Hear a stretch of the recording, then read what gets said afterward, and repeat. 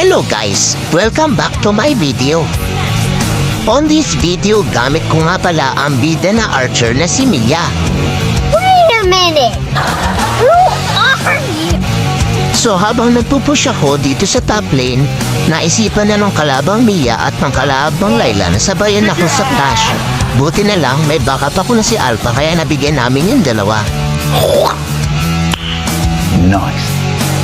Dito naman nagbabalik yung Mia ng kalaban at parang gusto pa yata gumanti doon sa pagkamatay nila.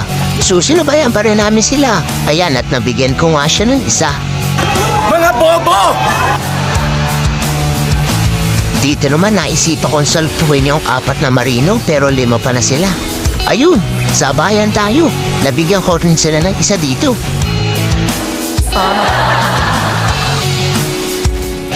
Dito feeling ko mainit na mga bunbunan nila sa akin. Kaya inis-isa na ako dito ni Saber. Puti na lang may isis din ako pantakas. Bato na ako, gago!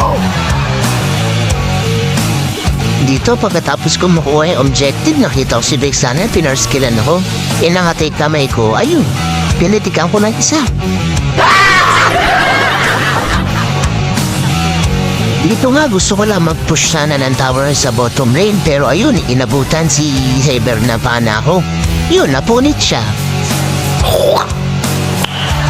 Nice.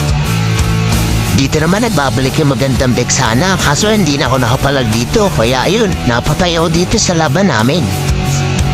Mga bobo! Dito naman naisipin na namin tapusin ang laban, kaya ito mga sumunod na nangyari. Why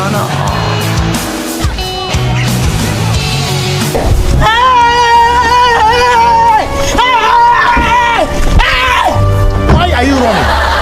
Why are you running? Sing, sing, sing! Sing, sing, sing, sing!